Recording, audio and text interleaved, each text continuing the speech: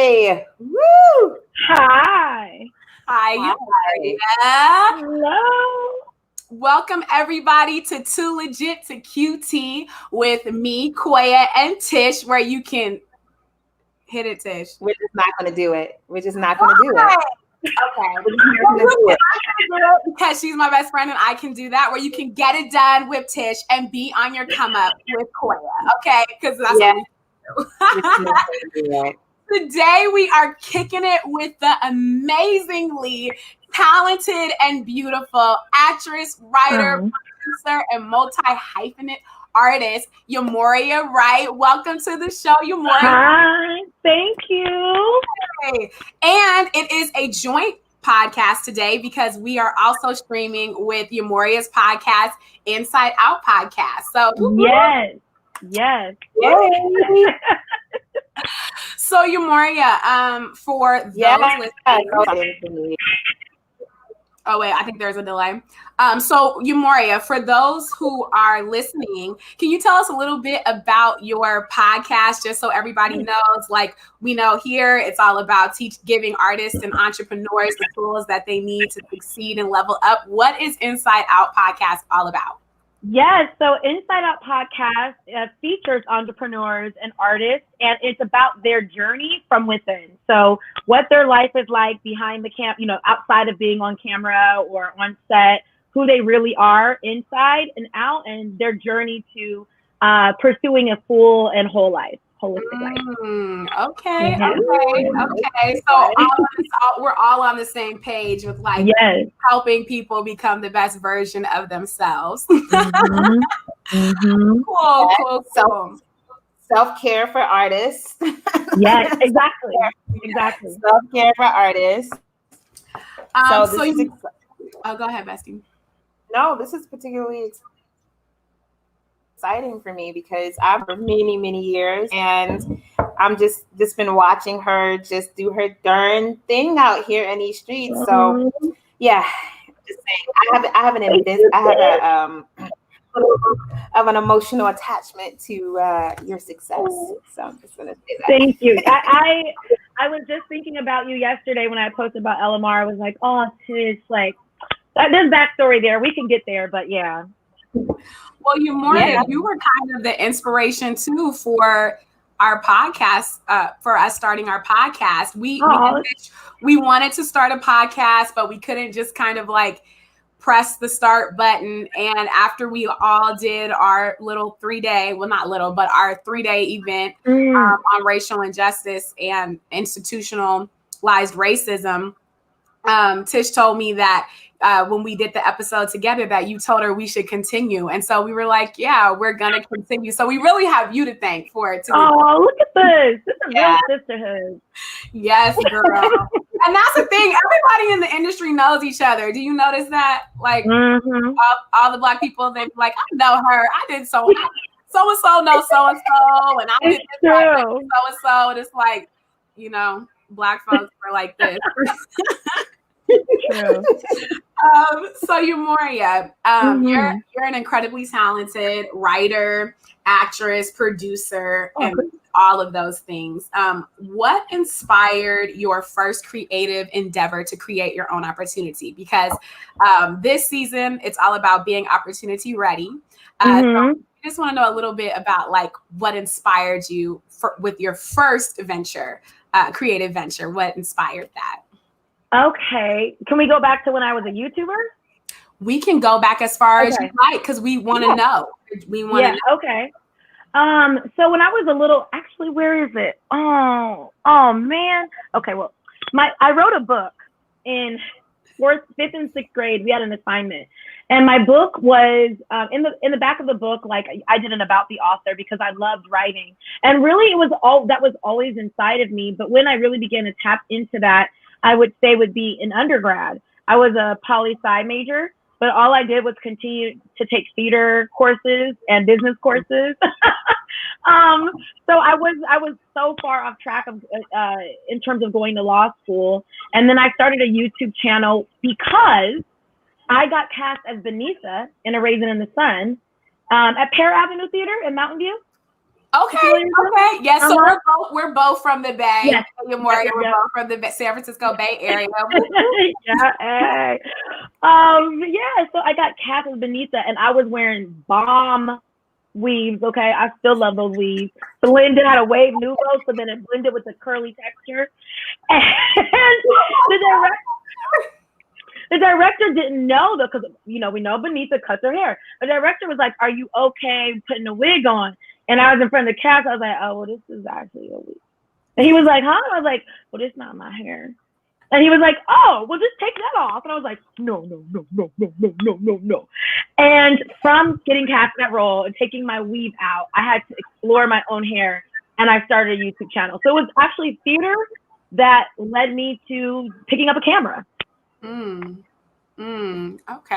Okay. And so you started YouTubing. You started learning how to shoot and edit. I had already learned how to edit in undergrad because I directed our MLK night production. That was every MLK day every year. So I learned how to edit on iMovie from that. But it was the YouTube channel that I was obsessed about learning my hair. So I created and began to build a community that was a combination of artists and naturalistas and naturalistas. Okay. And so you were a poli-sci major. What made you make the transition into going to grad school for? Did you study acting and writing? Was it a dual major that you did? So actually in undergrad, I ended up getting offered a scholarship mid-sophomore year, a theater scholarship. So I switched my major to theater. And so I still got my bachelor's in theater. So, and then I worked other jobs 4 years outside of grad school. Going to grad school, I always wanted to go, and I was watching The Mountaintop, and they're playing Change Is Gonna Come, and I was just sitting there emotional, and I was looking through, the playbill, and I was like, I'm gonna go grad school. And that is literally how I ended up in New York. It was 3 months before the audition for grad school. Wow. What was your audition fee? So we all went to the same grad school, just so all of you know. If you're late, look, as Tabitha Brown says, if you late to the party. My piece was ruined.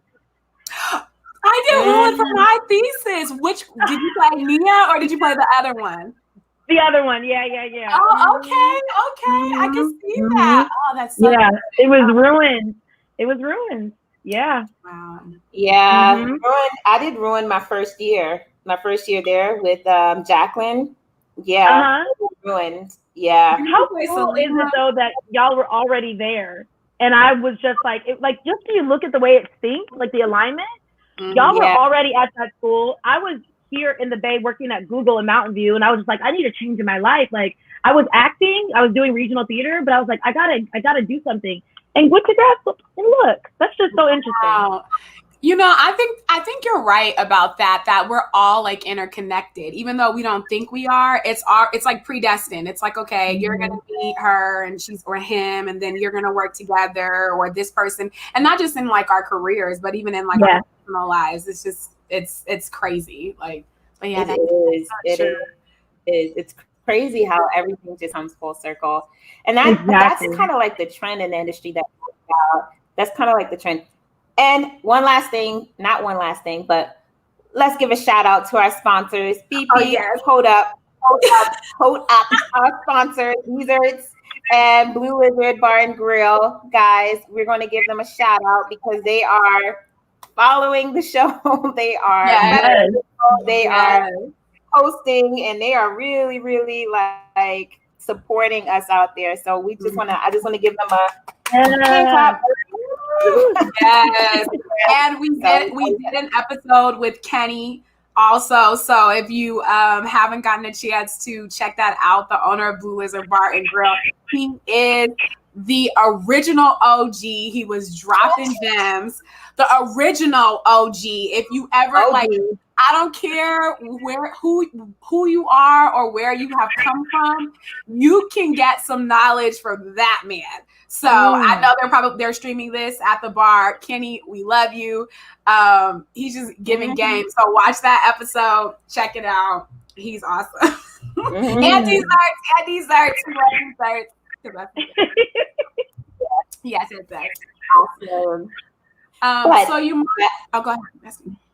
No, I was gonna say, back to what you were saying, like how we were all interconnected. It's really interesting because, like now looking back at it, I'm just like, wow, like how we met, how we are like, just started working together and having conversations. I really do think that it just takes a little while for you to just find your group of people out here. But it's really interesting because think about this. Hold on, I'm gonna put this out there. It's a whole bunch of us that went to this school. Okay. Yeah. But only certain people were connected. Let's just say that. And it goes back to what we talk about on the series, which is having like core values and having it aligned. And you connect with the people where your core values align with. So yes, that's all it is. You're preaching. Okay. Amen. You see how to say amen.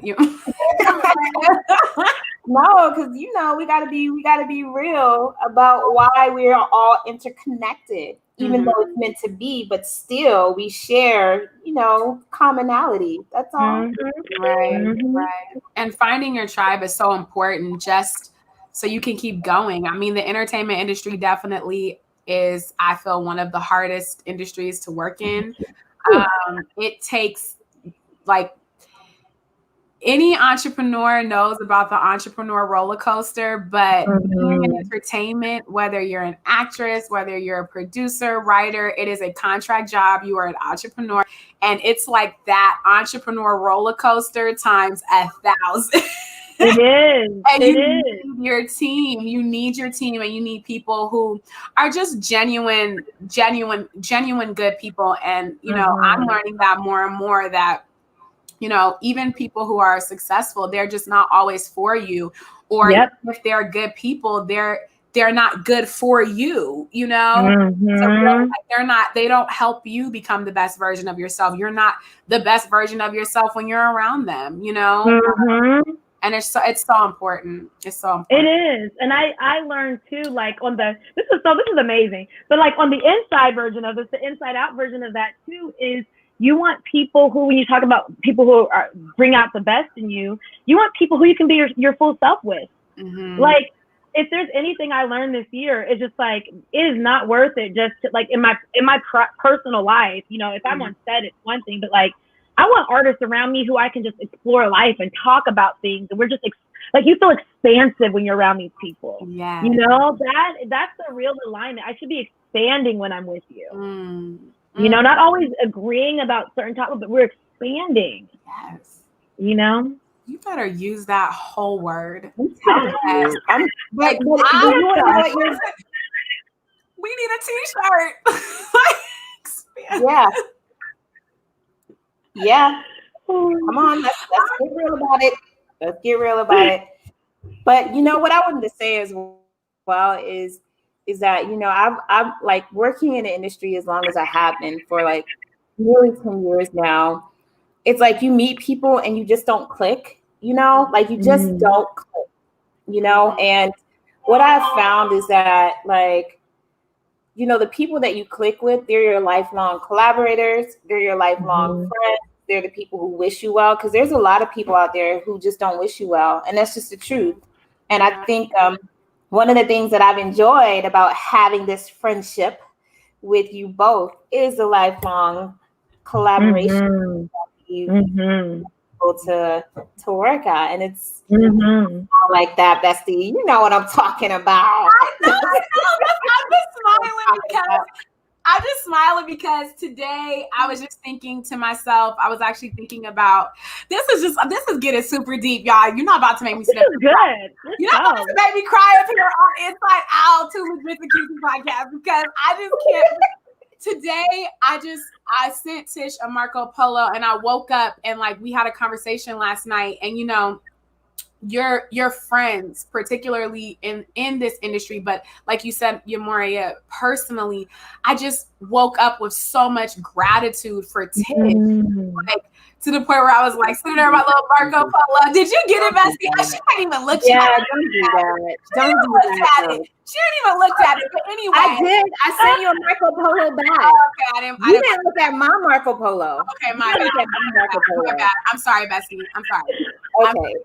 But I was so overwhelmed with just like gratitude for Tish, and you know, particularly in this pandemic.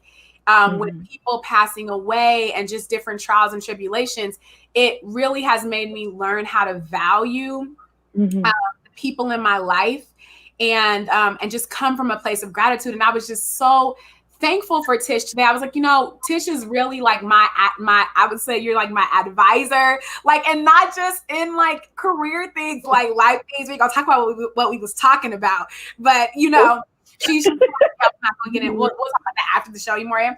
But just like I was so overwhelmed with just gratitude, because Tish is just and you know, Mourhia, she's just an overall amazing person. She's that person that will fight with you and fight for you and keep it 100. You know, because like you said, you can be real with her, but you're also constantly expanding. And I even thought about that with you, Mourhia, which is why I like text you, like, you know, just so inspired by your work, because I've kind of known you through the grapevine, and I've been hearing about you for years. But of course, me doing my hosting due diligence, I did my research on you, and I was just kind of like, this girl and woman is doing it. Like, I just was like, wow, like you are just, and I don't curse anymore, but I said, she's just a bad A, like, you know, like a bad B, and you know, in the best way, you know what I mean? Like that type of vibe. But I was just like so enamored with just like everything that you're doing, and we'll get into that. Everything that you have done, everything that you're doing. But I also like watching on social media. I've spoken with you on camera and off live camera, and just like that person also seems to match the other person, those people, the person that you are in your work seems to match the person that you are on social media and just in all aspects of your life. And I was just like, I'm so excited for this episode. And you know, it's so interesting that you can be interviewing a celebrity, and that's all great. But it's like, which we all are celebrities within our own rights here. But I'm just like, literally I was so juiced for this episode, just because I think going back to the sisterhood, I was just like, you know, these two women, I'm just so grateful that you guys are like honestly in my life, and I've just really been trying to come from a place of gratitude in the pandemic. But that brings me to my next point with you, Mourhia. You're just doing such amazing things. There's a lot of artists and entrepreneurs out there who are looking at this podcast, and I know that they want to create and distribute their own content. You have a web series which is going to be released on Amazon Prime Video. I love my roomie. Let's just give a hand clap for that. And it really just highlights Black women in a beautiful, wonderful way. Can you tell us a little bit about that, and like what the inspiration was for starting that, and just how you came to even get to Love My Roomie, because that's a journey within itself. Let me tell you, Lord. Well, this is a very amazing full circle moment, because in grad school. So, you had asked earlier. I was an MFA, I was MFA and acting candidate, but after our first semester, because you know the school has playwrights, directors, and actors, they only had one playwright. So they actually emailed actors and asked us to apply for the playwriting program. For the first time ever, you would by on paper double major. You get your double degree. But by degree I got one, and it's in acting. But I did study playwriting and screenwriting the whole time, minus one semester. But it is in playwriting my last year that we were sent individual prompts by the playwriting teacher, Ed Baker, and mine was about two roommates who were about to get an eviction notice. And I found out later that he based the prompt out because he's been with us for 3 years, right? So he knew stuff we've gone through, and that was something I went through in New York. And so, anyways, I wrote a 10-minute play called Expulsion. And Tish, here we go, let's go. It was August 2016. I was on a train and I was overwhelmed because I didn't have an acting reel. And I don't know exactly why we were texting. I might have just texted her asking, for advice. And she was just like, well, you've written a lot of stuff. I mean, you've been writing for 3 years at least, just film something you wrote. And I was like, hey. So I adapted Expulsion into a short film. We filmed September 2016. We did wrap filming. I needed to crowdfund.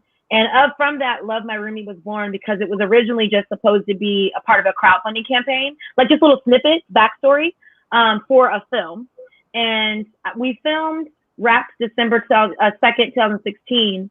I fell in love with the process. It was like, wait a minute, let me do this for real. And so from that moment till now is when the actual Love My Roomie episodic show has been underway.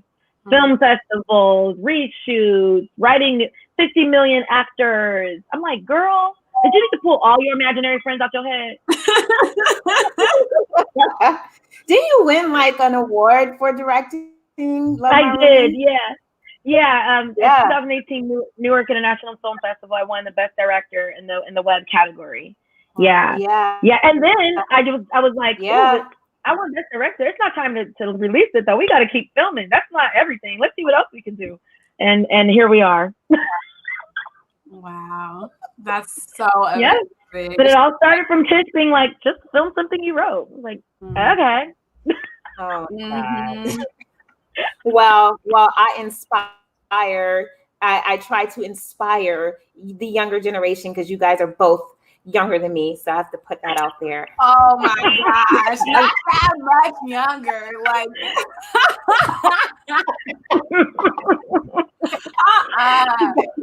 I'm just but you know what it is, guys. You know what it is. When I got out of school, it's so interesting when you tell that story because, like, when we were talking, it was kind of like a deja vu kind of thing for me. I was like, God, I really wish I had someone when I was in school telling me what it is that I was telling you to do.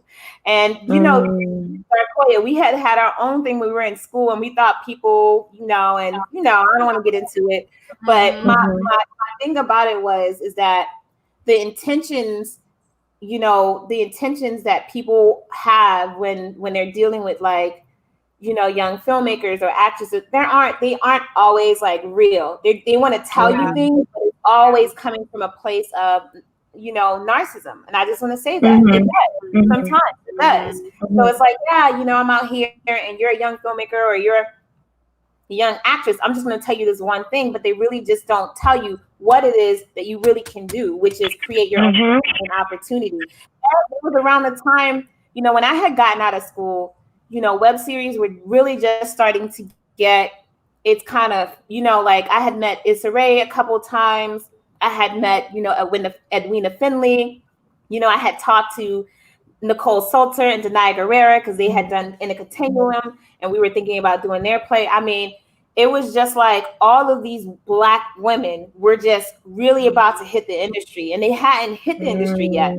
They hadn't really done anything in the industry. Then all of a sudden you started to see Denai on The Walking Dead. And then you started to see Edwina Finley on The Have and Have Nots. And then you started to see, Issa Rae with her show. And it was kind of like an emergence of Black women in the entertainment industry. And I peeped that and I was like, we got to get on this, So for me, it was also seeing a trend. And I'm like, the people who are creating their own opportunities for shows that weren't being represented on television at the time, you know, I just saw them just excelling, and it was like Hollywood was not, they weren't seeing it. So it was also coming from a place where I didn't want you to be behind, because I saw that there was a shift happening.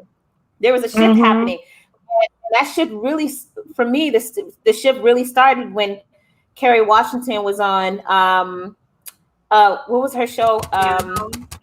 Scandal. Kerry Washington was on Scandal. Yeah.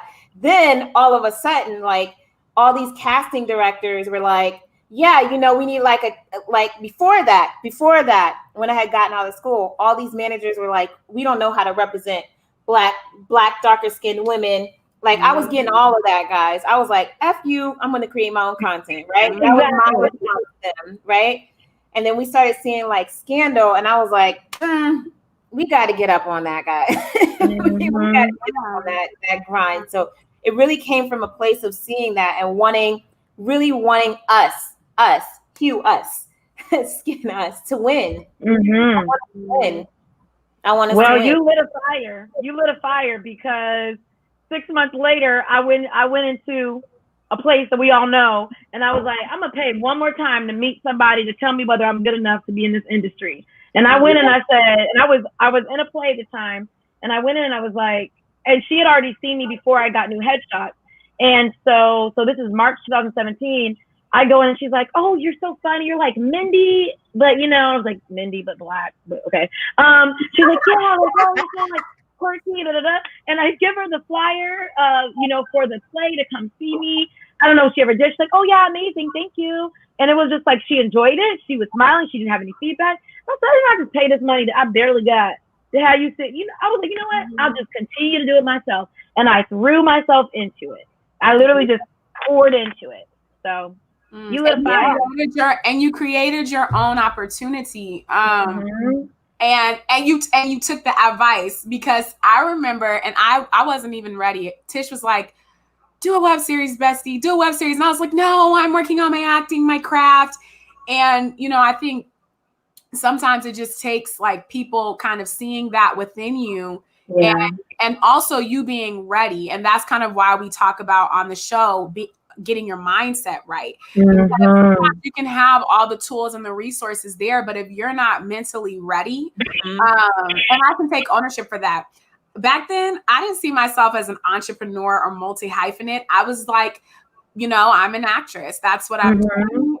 And, you know, that's kind of really why we have this show, is because sometimes when you're a part of these institutions, and also even in Hollywood, people try to tell you you're this one thing and stay in this box.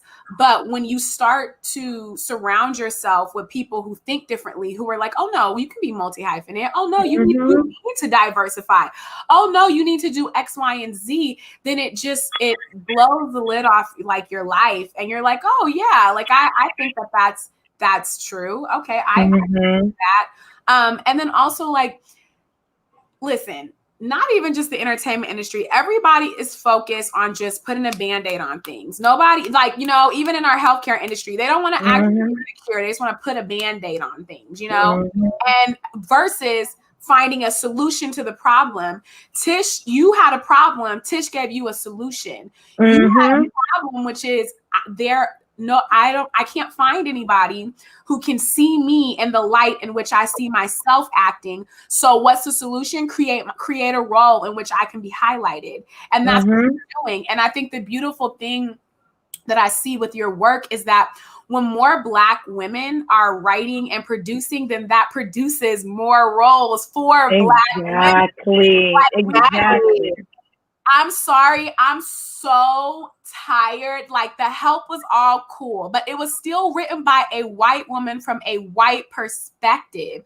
Like, you know what I'm saying? And I'm not diminishing that. I think I like the help, but it's not just the help. It's like this continuous, like, you know, microaggression, at least I feel like, with white writers trying to tell our stories. How can you tell a story when you don't know what it is like to be in my skin? Like, you have never felt it. You get what I'm saying? And that's like cultural appropriation. And I can't deal with that. So Anyway, but that's the industry. That's also an industry wide thing. It's not just like, you know, Black people as Asian, like Crazy Rich Asians had that, where the writer came on and they didn't want to pay her the same, you know, salary as they paid the man, and they said, oh, it's just not your time, but yet she contribute to a script that is like ethnically and culturally appropriate. So it is her time, and therefore she should be paid like that.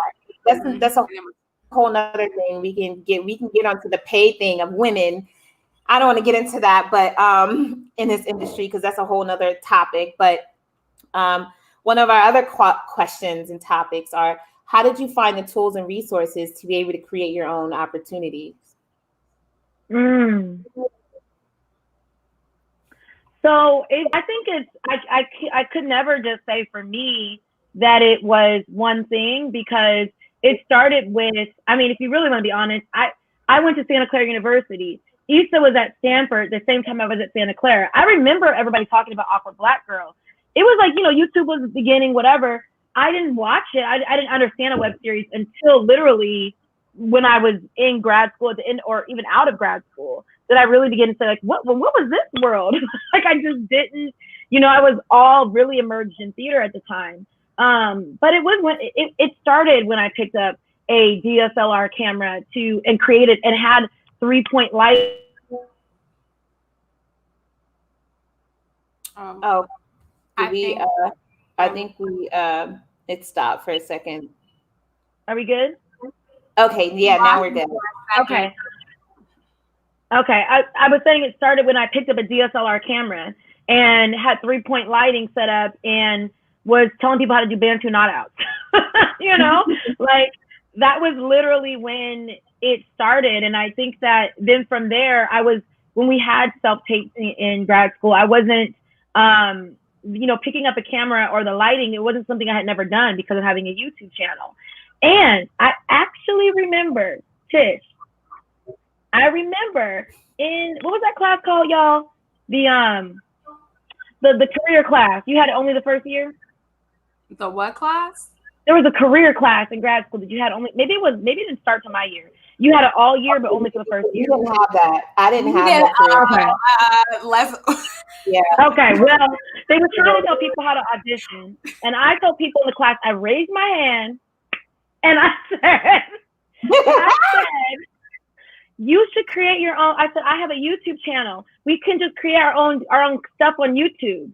And they're like, no. And I was like, no, guys, I have a YouTube channel. We can create our own stuff. I'm like, no. And then by the time we graduated, everybody was like, oh, we're creating our own stuff. And I was like, that was my lesson, though, of not listening to my intuition, because I could have been creating that whole entire time. But I heard no from other people.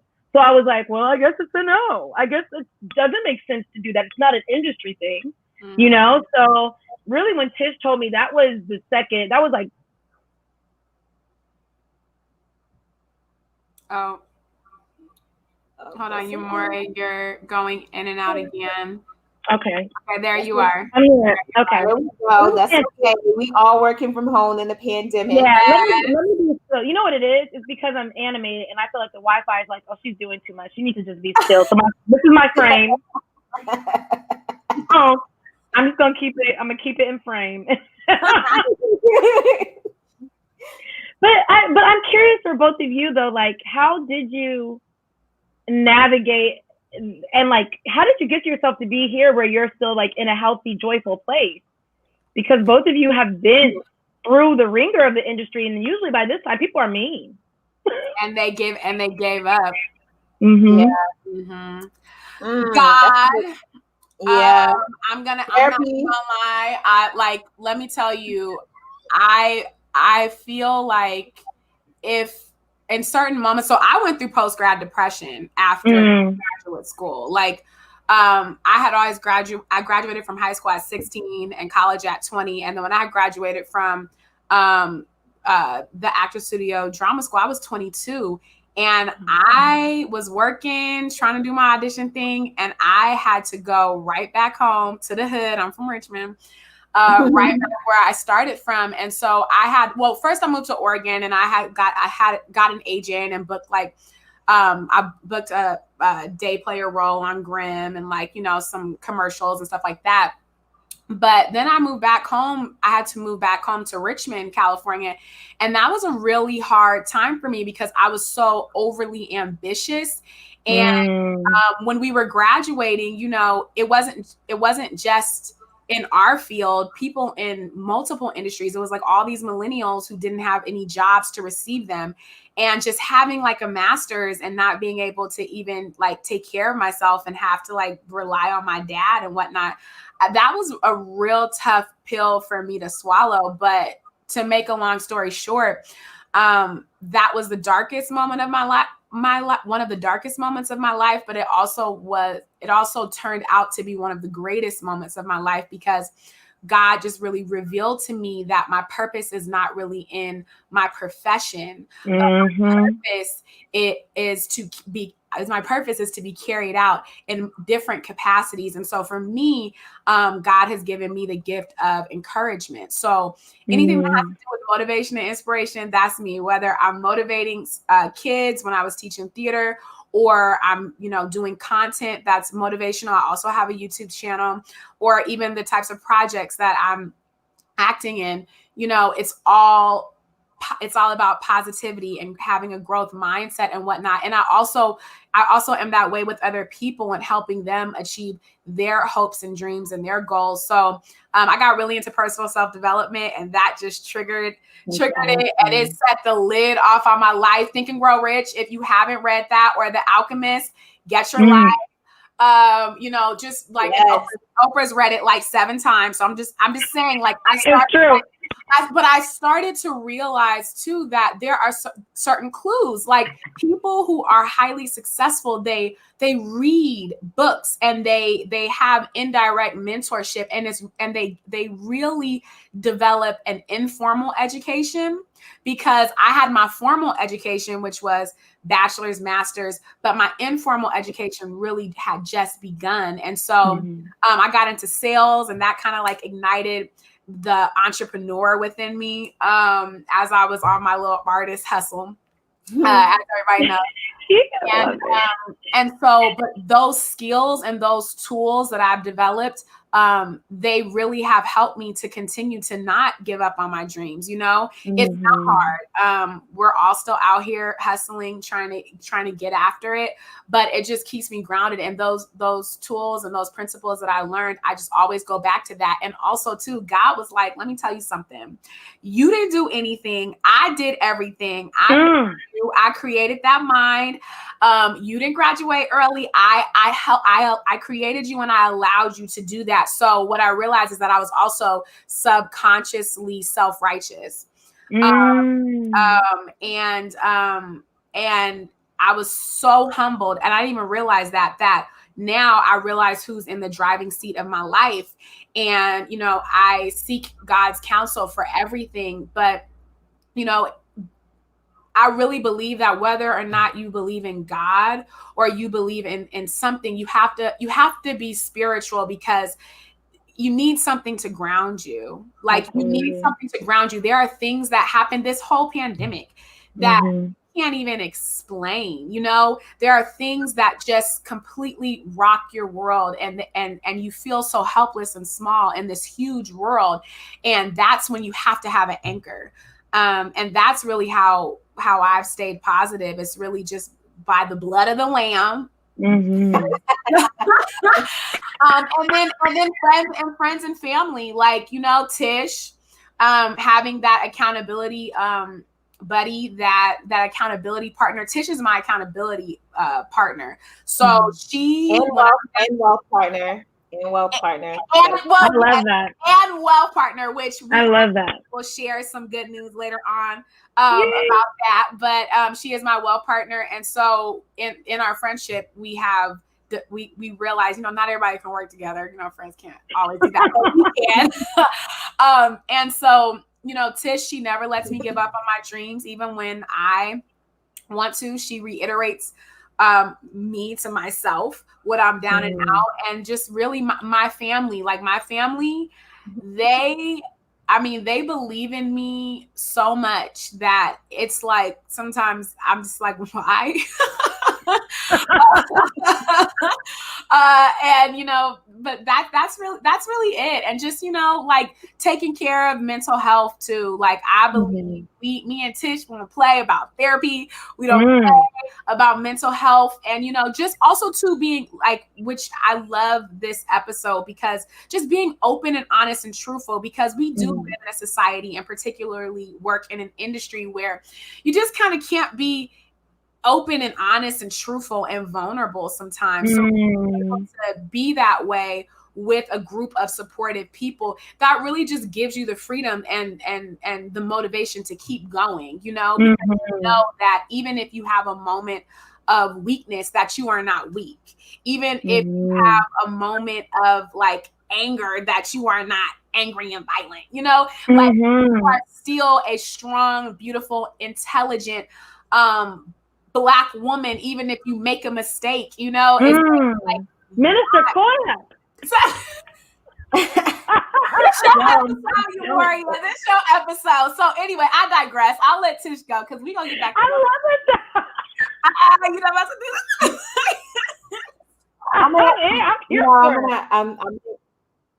I'm gonna keep it a little short. I've always had this thing where people can never tell me who I was and what I couldn't do. It's just been this thing that's always been luring there. And it is,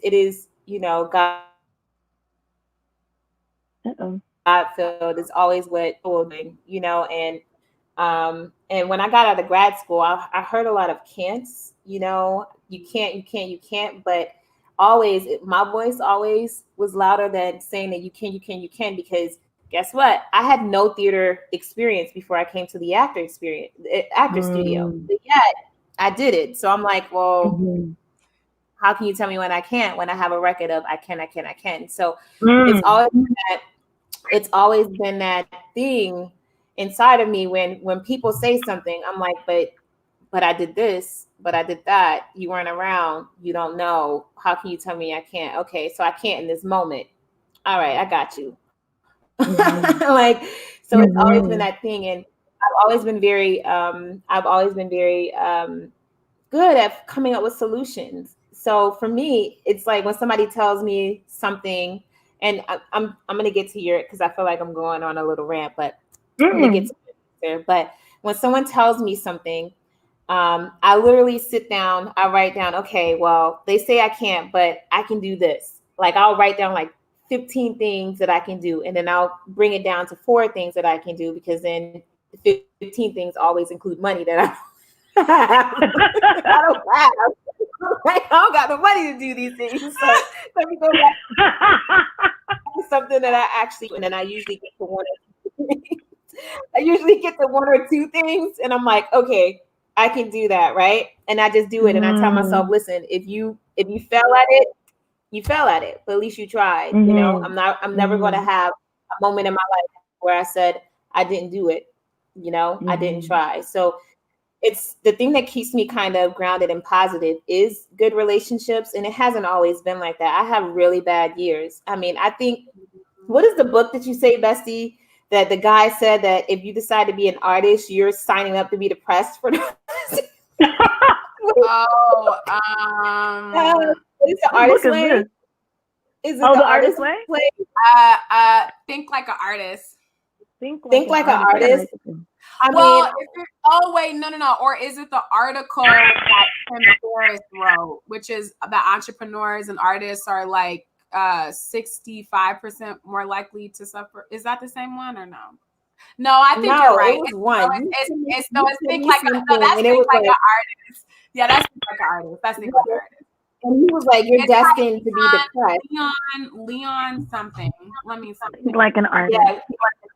Yeah, get that before the end of it. But he basically said, "You're destined to be depressed." And the thing about it is like you have to when she said that to me, because that was a couple years ago, I had to think to myself, I'm like, you can go back, because another thing for me is I had a money job. So it wasn't for me, it wasn't a money thing. It was like, you know, you can spend the rest of your life making money, being stressed out, or you can do something that you really love, make money, because you know that when you do it, because of who you are, you're going to make that money anyway.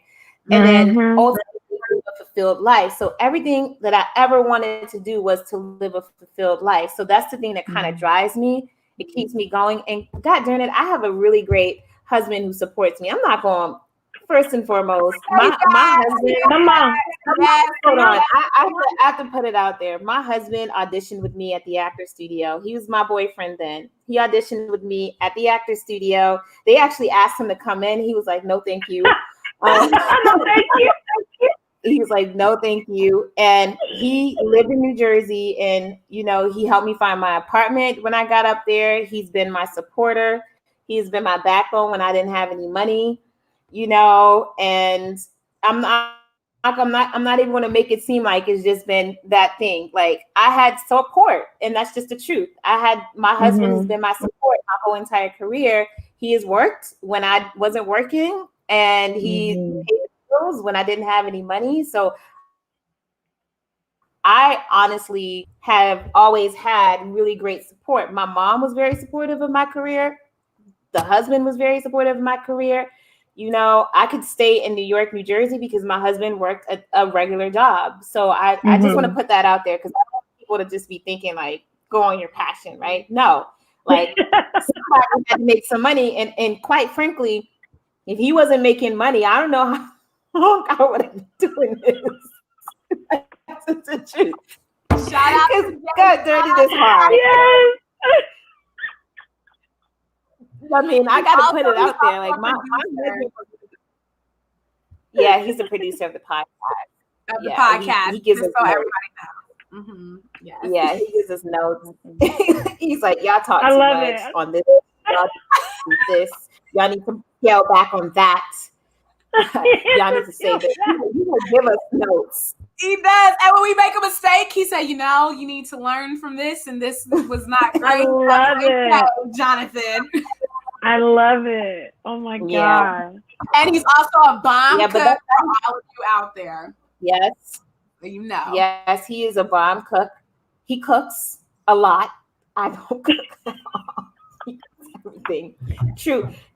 Quoia knows. She came here. He cooked up a whole thing. He and he also is very much like, you know, he made my tea tonight. Last night he brought me a glass of wine. Like, thoughtful. Yeah. But isn't it amazing when you look at it? It's like God has set us all up differently. With when you look, there are people God sets you up, like Quoia you just spoken about earlier, which is like predestined. Like you're set up with people who are going to help you along the journey. You just have to look and pay attention to those people. Right. And your husband's one of them. Like, he's actually somebody in your life that is helping you along with the journey, like set up in your life. That's beautiful. Right. Yeah.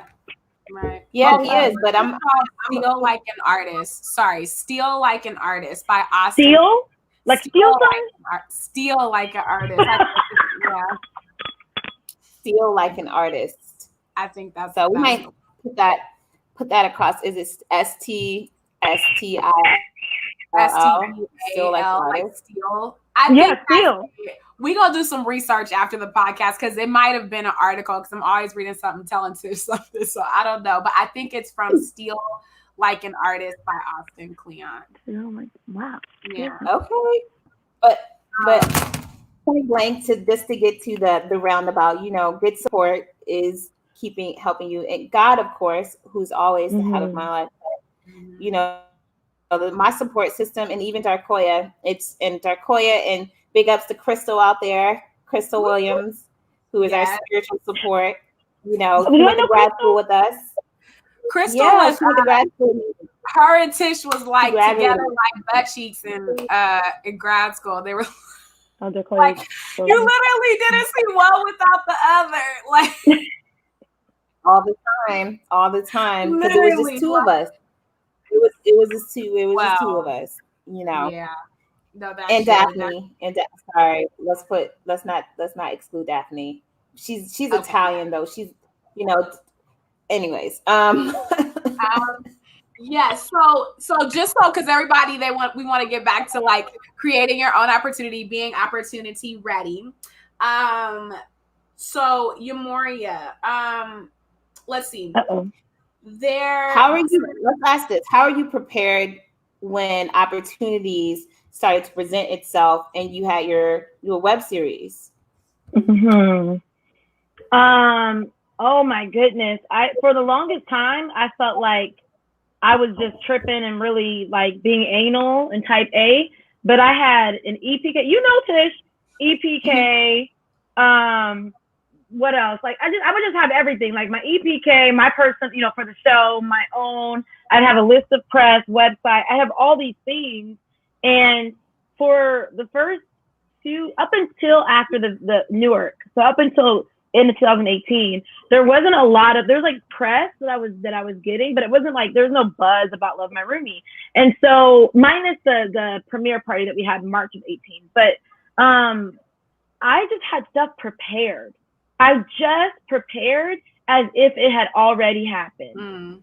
I literally prepared from the website to the teasers to my bios, just prepared like I already had it, so that when it came, it was a matter of, oh, I got it on my Google Drive or Dropbox. It was a matter of sending links to people. Or if someone's like, oh, we have an opportunity. When I was at ABFF, for those that don't know, it's the American Black Film Festival in Miami in 2018. I got the second night there, I got an assistant directing and producing gig for a short film back in New York. And we were at a party.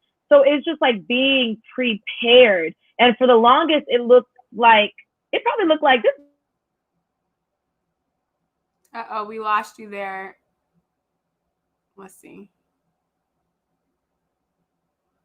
My bad. There we go. Wait, we got you. Back? Yes, you're back. You said for the longest time, it looked like. That's what I get for moving out my frame. For the longest time, it looked like, I'm sure it looked, I would lay out the Love My Roomie Instagram page, et cetera, et cetera. There was nothing coming like that. I didn't know people were watching. I just knew that I needed to execute in excellence with what I had. And if I didn't have it, I'd figure it out, But people were watching, and then opportunities came, and I had the things that people needed, whether it was a bio, whether it was an EPK, whether it was, knowing how to prepare for press, whatever it is. I was just ready because I stayed ready, But it was years of just me in my room, or at the time I had a studio in Brooklyn, probably just people like, what is she, you know what I'm saying? But there were more people that were watching and paying attention, and that consistency paid off. It was the consistency. Because I saw the other projects. So I saw on your IMDb, Love My Roomie, but I also saw a bunch of other films, some that you produced, some that you wrote, some that you just directed, some that you acted in. And I wanted to know, like, was that just like a natural, organic process where, maybe you auditioned for this, or maybe you met this person here or there, or was it intentional? Because you have a lot of credits in various different roles and positions, which is so cool and so awesome. And I know people, they would love to know, just like, how did you get those opportunities, and like, how are you prepared for them? Just elaborate a little more. This is my God, like I would say that I have always been like an outcast, kind of nerd, overachiever, work, but creative in that.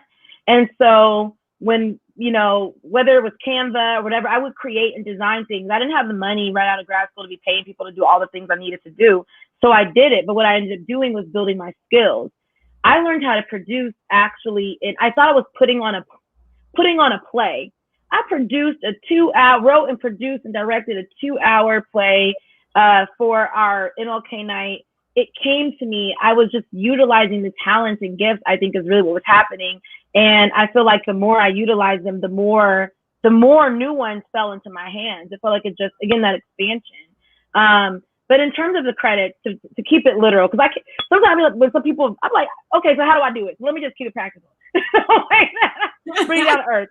Okay, Libra. I'm a Libra. Let me take it down here. Okay. So let me take it down. Okay. The practical thing is this. I saw it for Pillow Talk, for instance. Ronnie and Caleb, they're creators of Tough Love, which is an Emmy-nominated web series. I interviewed them at Black Web Fest in 2018, and I was a moderator, so I ended up interviewing them, and then they had auditions for Pillow Talk, and I was petrified of the camera outside of grad school. The reason why I wasn't scared of it, because I had been on all sides and angles of that camera at that point, because I created my own content. So I was like, audition, I'm gonna just come in here, I'm just gonna do it. So, and then I got a call back, and I ended up getting the role of Mia in that. But I promise it was the dedication to creating my own work that built confidence in that I didn't have to look on the outside of me for what was already within. Mm-hmm. But then it's your light. Then the light starts shining. And other people see the light. And you're utilizing, I never tried to do things that weren't called to me. So I ain't nobody's DP. I don't feel called to it. Now I can look at cinematography and appreciate, and I can make an awesome shot list, but I'm not trying to just do everything. I'm doing what I'm called to, and what I feel, where I feel flow, where I feel peace, where I can just do it all night. And it's from those things that opportunities have come. So yeah, that's the audition. That's getting the role of Mia. Any other producing or directing is because people saw how much I invested into Love My Roomie, truth be told. Like, they saw what was going on, and it made them trust me with their own content. Mm-hmm. And it was my work on my own work that beget the work. Because I was doing, why did I have Brick Ballroom for a web series premiere? So extra. In 2018, I had vendors, performances, dancers, step and repeat, red carpet, photographers, videographers, families from California. What was I doing in a ballroom? Being great. Extra. So extra. But from that extraness, people were like, oh, well, she knows what she's doing. I want her on my project. And that's literally how the doors started opening. Wow. Be yourself. If you're extra, just be extra. Somebody's going to see the greatness in that extra. I love that you say that, because sometimes when you're very particular about certain things, people will kind of try to tell you like, oh, you're just being too anal. You're hiding behind perfectionism. And it's like, no, I'm not hiding behind perfectionism. Like, sometimes you want to get it right. And you want to do it. You want it done a certain way. Like, nobody tells Beyonce when she's just like, do it for the 100th time. Like, oh, you're too much of a perfectionist, because she gets like right on the edge of perfection. So I love that. Can I add into that with, when it comes to how you do things in your art, the thing that makes you different is your anal retentiveness and your perfectionism. Because if you aren't that particular, what makes you different than the person who's just throwing up and putting up a camera, a person who's just saying a bunch of lines? Like, some of the best artists are that particular, because their voice has to sing and has to be louder than the art. Believe it or not, we have to see who you are through the art, and not just see the art itself. So if you don't look at your art like that, and if you aren't particular, then who will be? Who will be? No one's going to be like, you know what? I'm just going to dive a little bit more into your art, unless you're hiring them as a coach, right? But when you're creating your own content, nobody's going to be there telling you what's the perfect moment. What's the perfect look? What's the perfect design? What's the perfect episode? Like, no one's going to be there. So I think that you can be anal retentive and the release of the art, and I don't see anything wrong with that. I think that's really great. I think that makes really, really great artists, really great producers, really great DPs. Like, who wants a DP who is anal retentive? Right. You know, right. Exactly. Come on. Oh, you didn't get your check yesterday? Oh, you didn't make no money this month.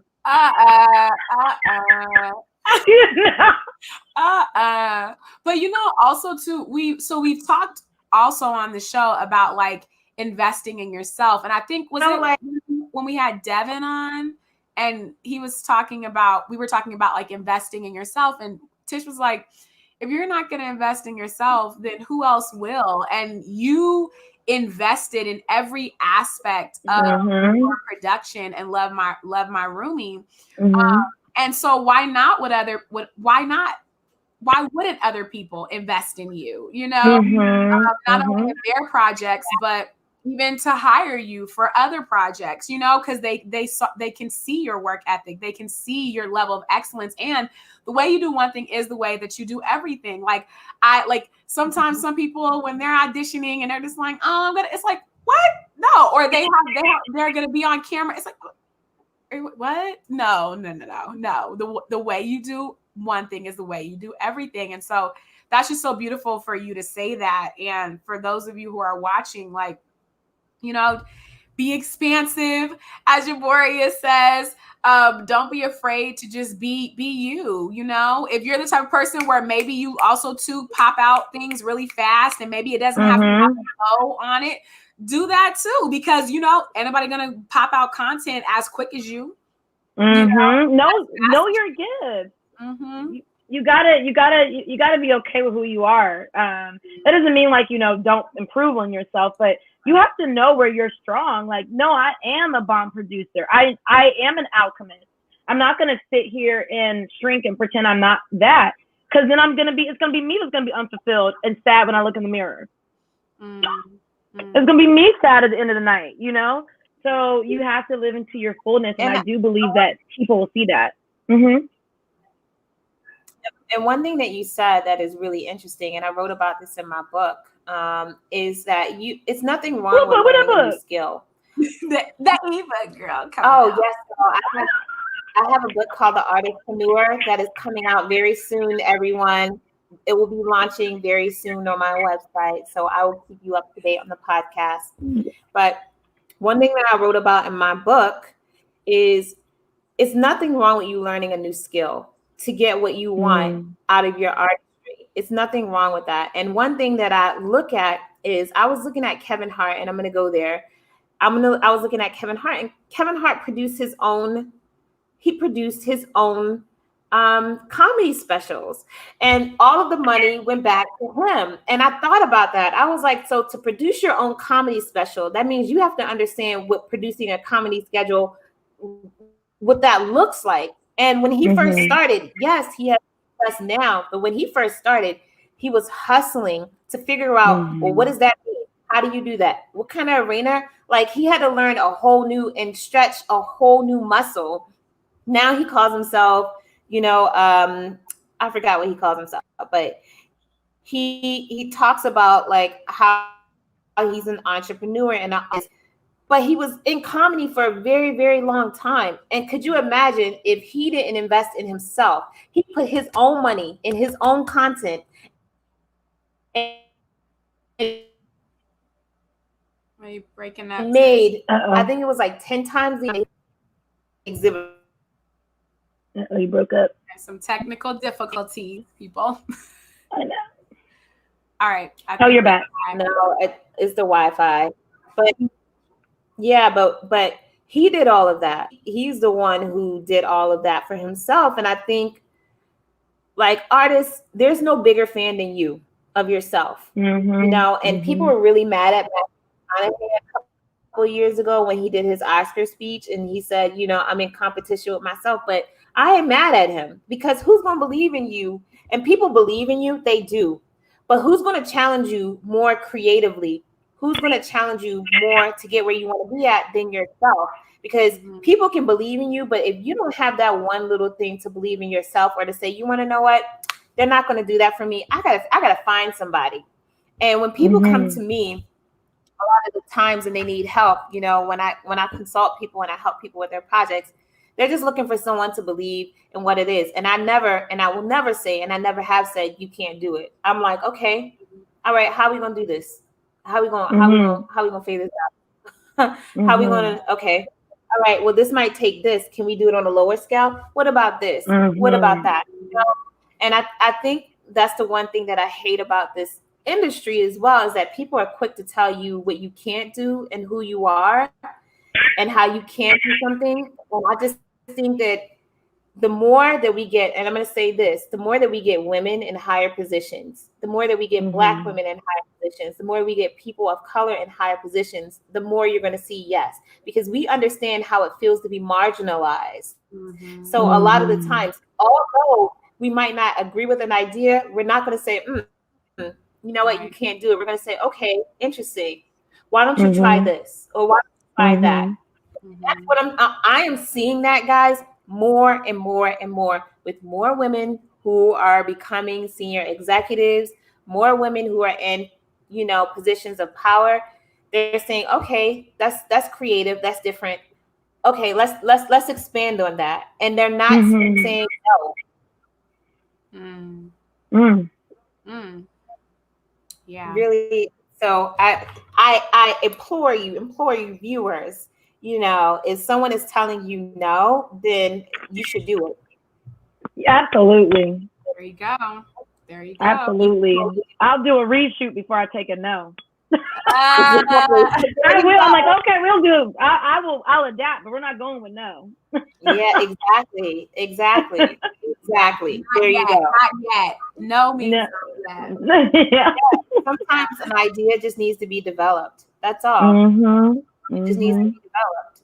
Right. So, but we're going to get more into that. So I think we're going to talk a little bit about having a positive mindset in all of this, because we mentioned that a little bit before. But, you know, like one thing that Quoia and I do just to kind of keep it positive is like we check in with one another when we're going through or whatever. Do you have let's talk about, do you have a bestie that you check in with? Oh yeah. That I do. I have really my to be honest, my best friend is my sister. I would say my sister. Yeah, my sister.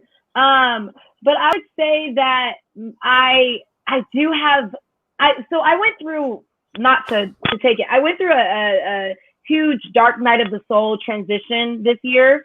So in those kind of moments where God shakes you, a lot of people and things fall off. So I a lot of the ties and things I had dissipated. So, but through that, I got really strong friendships and relationships with people, and yeah, I can call people. I have people that I'm completely open and vulnerable with, and it really helps. Now they're all my girl Nicolette. All my people are in New York, which was very interesting. The people that how that happened. But I really do have people who saw me through those times, even when I was back here and the pandemic was shaking all of us. And I have some strong foundations now that in this new phase of life. But my sister, though, that girl, she's a Cancer. The those who believe. She says what she wants. She keeps it real with me. She's if it ends up in crying, she'll hold my hand as I cry, as not taking back that she kept it real. but yeah, I can check in with her, and it really has kept me grounded this year, which I've been in California the majority of the time. Yeah. What, within like your support system and like your sister, when you're like, what keeps you motivated? What keeps you motivated, and what things do you do to stay motivated and to stay inspired? You asked us, but now we want to ask you. I know. I was like, wait, didn't I do? I would definitely say trusting God keeps me motivated, because it goes back to finding peace with who you are. There were not many phases of my life, but there were some phases of my life in college where I would try to fit in, and it always failed because I'm just the nerd that I am. So it's in that acceptance that I've been able to first be like, okay, this is who I am. This is what I'm called to do. And then from there, I mean, I've had an amazing journey this year at looking at affirmations, listening to podcasts. I mean, I just pour into my spirit pretty much all day long. The books I read, like I'm just pouring into my spirit all day long. There's a manifestation here. Y'all say this is from, I don't know who follows the Hood Healer, but this is one. Chicken scratching. She said, this was one of her many IGTV things a couple weeks ago. So, I am a master manifester. I am always abundant. My needs are always met. Repeat that to yourself when you are feeling, low, whatever. Repeat that. I've been repeating that to myself, doing my affirmations. Let's see. We lost you. She's gonna come back. Coming back. I'm back. Am I back? Yep, you back. I used to randomly praise dance in my room when I was a little girl. Just getting back to the core of all the little things that I did has kept me grounded. Like those, I didn't need to do away with randomly praise dancing. Maybe I shouldn't do it on the subway. Maybe, I don't know. But there's nothing wrong with randomly praise dancing by myself in my room. Getting back to the core of who I am when I was younger has actually made me a better adult. No, they're both gone. Did y'all hear me? Yeah. No, yeah. Yeah, I said getting back to the younger me has made me a better adult. Who knew? I was just talking to my mom about that, where I was talking to her about a problem that I was having. And she said, when you were younger, you would just go to the library and you wouldn't leave until you finished. Like she was like, you have to like go away. You because for me, I have such an outgoing personality that I pour into people, and sometimes I don't pour into myself. And it's so interesting that you say that, because I work with kids. Everybody knows I love the children. But I think that when we're young, we don't have everybody else's opinions or ideas in our head. And then even if we do, like, life hasn't just kind of knocked us down to the point where like we don't think about it. If we're just like, when we were children, we don't think about it. If we're like, yeah, no, you're wrong. And our voice is louder than the voice of other people. And so I think you're so right. Like getting back to your core when you were a child. I call it childlike optimism. To having childlike optimism and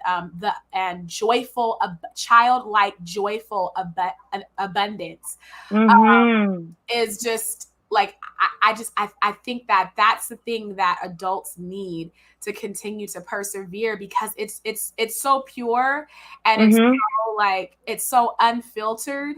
It just is what it is, and it stands on its own, and it's unapologetic. And I see that in kids. They're just like, I'm me. And they only do and cling on to things that fulfill them. If you notice that, if they just love to color, they're gonna color. If they love to wear their tutu all day long, baby girl is rocking the tutu every day, all day. Do you think she cares if it's dirty or that she wore it 7 days in a row? No, that little girl is like, I'm the tutu queen. Like, I'm a diva, whatever. And I just, like I tried to hold on to that. And it's so beautiful to hear you say that you are doing things that really poured into your spirit when you were a child, because it's so necessary. It's so necessary. And the older you get, the harder it is to do. The further you are the further you are from your authentic self. Because when we were children, we were our authentic selves. Period. And I think I think that's kind of what that's what your podcast is about. So with all of that, can you kind of give us an idea of what we're in store for this season on your podcast? Sure. Ooh, delicious. I actually have a rounded out. The beautiful opportunities came, which took me away from completing the season the way I wanted to. So I have 3 episodes in queue, which actually feature Black men. One is on Black men and fatherhood, a single Black father who is raising a daughter, and another on Black love. So I have two new episodes out that feature Black men. I wasn't sure when I wanted to reintegrate them or integrate them into, because I just really wanted to speak to Black women. But it was very beautiful, those 2 interviews. And last but not least is actually a mashup of. Oh, hold on, wait until Tish comes back. Oh, can you see me? Can y'all hear me? Oh, we can hear you. I can hear you. Okay. Okay. The last one is actually talk about your younger self, the YouTube channel. Y'all know how this works.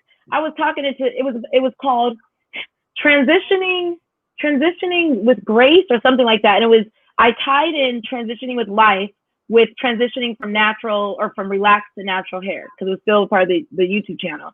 And it was right when I was on my way to move to New York for grad school. It was literally like days before. And I was listening to her, 25-year-old me, and I was like, this girl's what? I was like, no, babe, what should I do?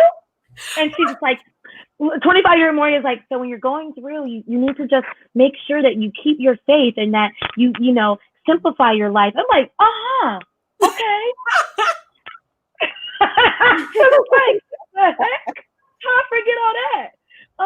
So it's gonna be a nice reintroduction of some older content too. And then I'm excited for building out, season 2. Yeah. Doing some assessing, like what worked, what didn't work, what feels right, and then, branching off. Yeah. Yeah. And the thing about it is just having that out there, it's so unique, and your podcast is so unique to your own voice. And I'm so excited about it. And I have been listening to it. And the thing that keeps me excited about it is that you have all these things out there that are uniquely you. And uniquely your brand. And, I just can't wait to see, the people who continue to discover that uniqueness that is you. So, Thank you. I love the podcast. Thank you. Podcast. You're my motivation. Hey. Okay. That's amazing. Thank you, Tish. Thank you. I'm just like, I was not myself in that moment. Okay. I love it. I love it. Yeah. Being ourselves. So go ahead. I think there's like a lag and delay. So just for those of you that are on here tonight, there's a lag with each of us. So we kind of can't really hear when one of us is starting to talk. So it's not that we're over talking each other. There's some delays. But I think this is when I really want to ask you this. It was on our list of questions. What's your ultimate dream? Yeah. Oh, that has changed. That has changed the more I realize. It used to be like a successful and then I had some semblance of success and a job, and I was like so unhappy. So I would say my ultimate dream is to continue to learn and to create a life in which I'm able to have space to continue to learn and grow. And to know and to continue to discover true joy through what I do, through what I create. To know and to continue to experience true joy in what I create.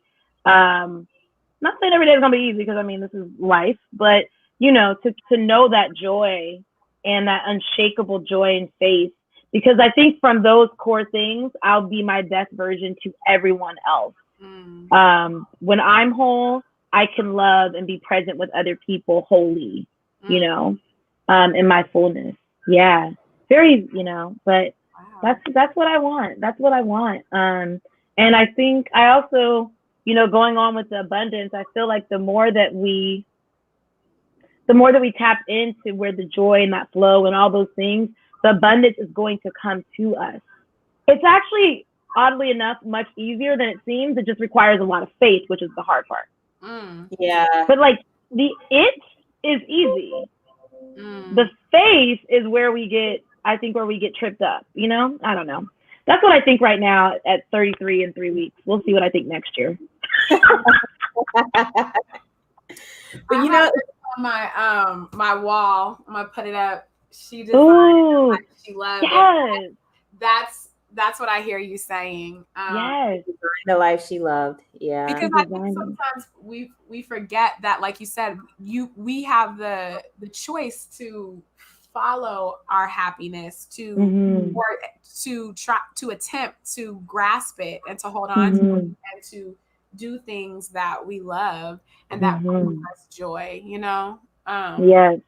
Even within you speaking, I was reminded of that. Like I do have a choice. I remind myself all the time, like, girl, you know you chose that, right? I did. Girl, it is so true. And you know, it's very I did. It's really interesting also that like even within our choice, and even in taking this journey, we think that when we get to a certain point, it's just going to make us happier. And even when you said that, like, you know, I had this semblance of success and I changed it. But I've heard that so many times where people say, you know what, worked hard, I got to a certain place and it's not what I thought it was going to be. And I really want to encourage people to, you know, really just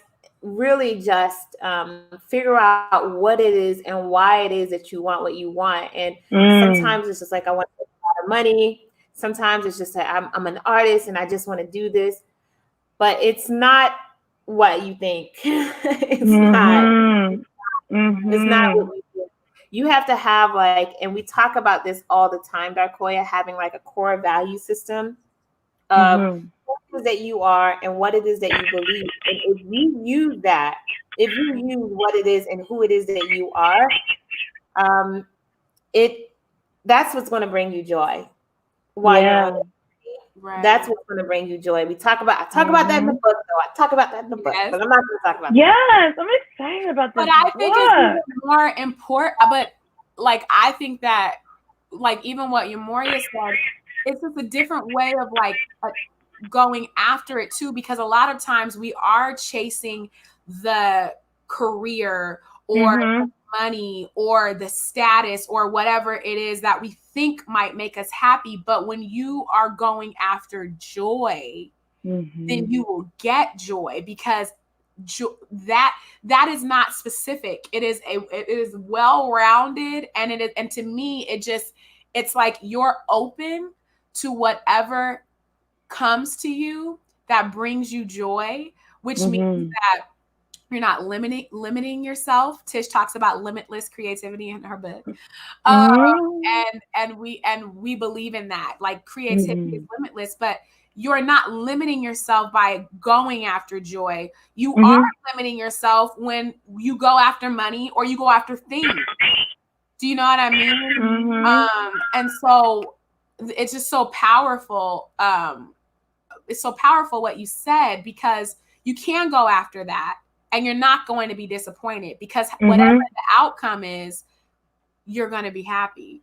Exactly. Chase joy versus chasing material things or an idea or, you know, what you think something. So, really powerful. And there's no, and the thing is that, you know, nothing has changed over time. I mean, the same stories over and over again. People chase the fame, they chase the money, they learn on the other side of it. It's like, it's no, guys, we're not telling you a new story. Just look up anybody. This is not new. Great Gatsby. Didn't we all have to read that?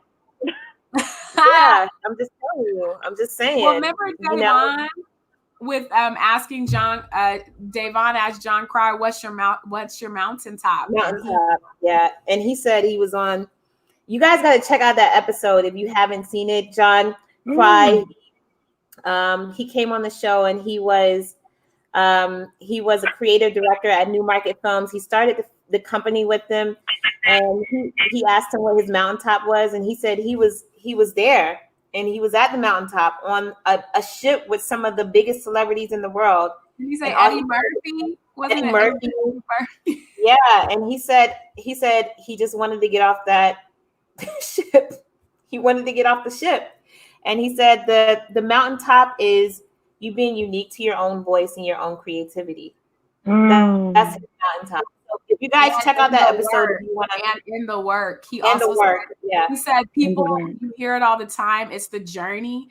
When people arrive, they say that he was saying how it's that journey, that process of getting there, that is actually the most fun. Even though he worked with Christopher Nolan, he worked with all of these big actors. No. I mean, I'm just saying, as a person who is out here in these streets, guys, it's not what you think. It's not what you think. I had a taste of the streets, y'all. I got to second her. I had a taste of the streets. I'm telling you. People paying me to do things. I was getting paid good. I was like, nah, I don't like these streets. I'll just go back to love my roomies. Exactly. I'm out here and it's not what you think. It's not what you think. And let me tell you something. There are, and we touched on this on our last episode with Daryl. There are people out here who get paid to make you think that it's supposed to be that. But when they gone and your career is diminished, you know, you're going to be thinking that it's supposed to be that, and you ain't going to have nothing. And you're going to be bitter because you're going to be thinking about that you had and all the people who surrounded you who were telling you it was one thing, and in all reality, it's always stopped, started, and began with you and your creativity. Come on, drop that mic. Minister Tish. Get it? Just Just put it out there. Got to put it out there. So, Mourhia, we kind of this, girl, you need to stop. I can't with you. See, guys, this is why. If you guys would just step into one of our conversations, you would just be thinking that we just put each other up. This is a hot mess. This is all day. This is all like packing each other up on Marco Polo all day. You want to know why? Because we're destined to be depressed. According to that book. Because Mourhia said we chasing the light. We chasing the light. Yes, so we're not destined to be depressed because Mourhia said we're chasing joy. So we destined to be choosing joy. We expanded in here. There we go.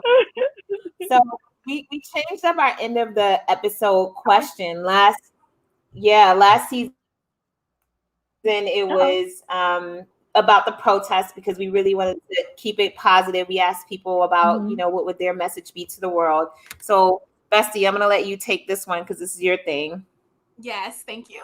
I'm just playing. She knows I want to say it. She knows I say it. So,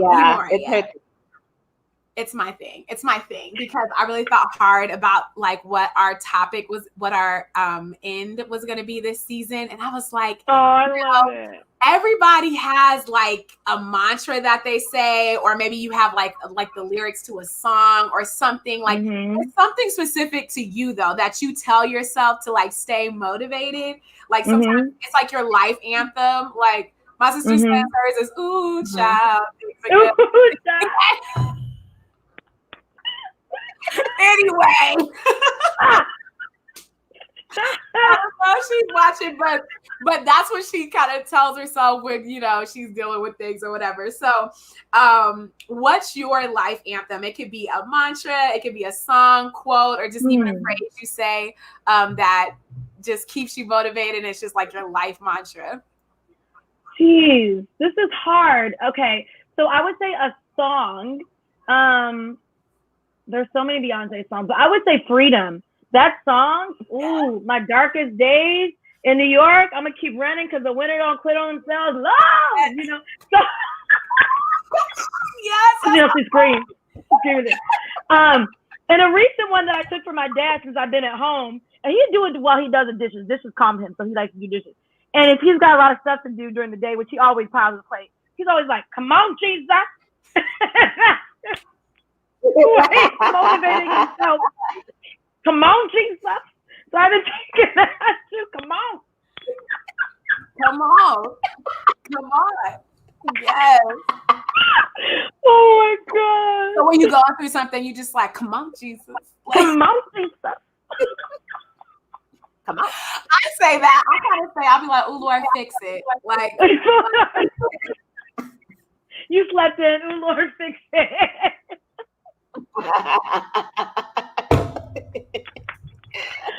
Oh my God. Well, thank you so much for coming Thank on. you, y'all. Well, really doing well. So no, you didn't come on our podcast. Thank you so much for doing a joint episode with us. Thank you for hosting. This was so amazing, guys. Like literally, Yes. for hours. Yes. We totally can, and we will probably after the podcast.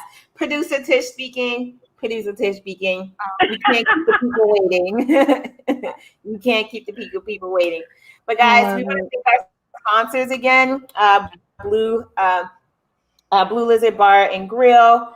If you're in Charleston area, you can visit. You can Blue Lizard 10 get 10% off. Just let them know that you're watching the series. And desserts. If you want some banging desserts, yes. And you can check out. You can check out at Desserts DEEZERTS on Instagram. They are doing a Thanksgiving special. So if you are in the San Francisco Bay Area and you need some sweet desserts for your holiday party, hit them up. And they too will work something out with you if you tell them you Amen. And Blue Lizard Bar and Grill is at Blue Lizard Bar and Grill on Instagram. So check them out. They're also at Blue Lizard Bar and Grill on Facebook. And let's get your hashtags for Inside Out. Oh yes. You can follow Inside Out Podcast. It is at Inside Out. At Inside Out. That's it, right? I'm on. What is my podcast handle? It is Inside Out _podcast.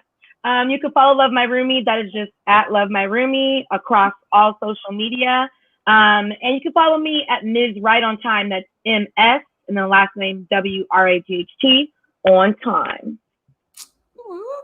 Yeah. And on the Inside Out Instagram, you'll see all the links. Okay, which is why. Yeah, which is why you're gonna keep getting those jobs because you're on time.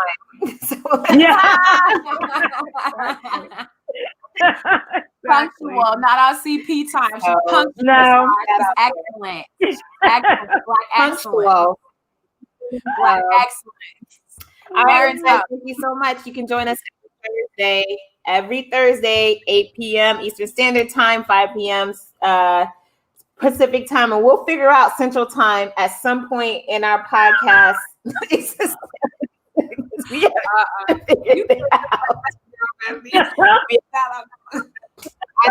So y'all don't hate us, Central people. We love you too. We just haven't figured it out because it's just we haven't figured it out. So thank you, and we'll see you guys next Thursday. Thank you guys. Bye. Thank you. Bye.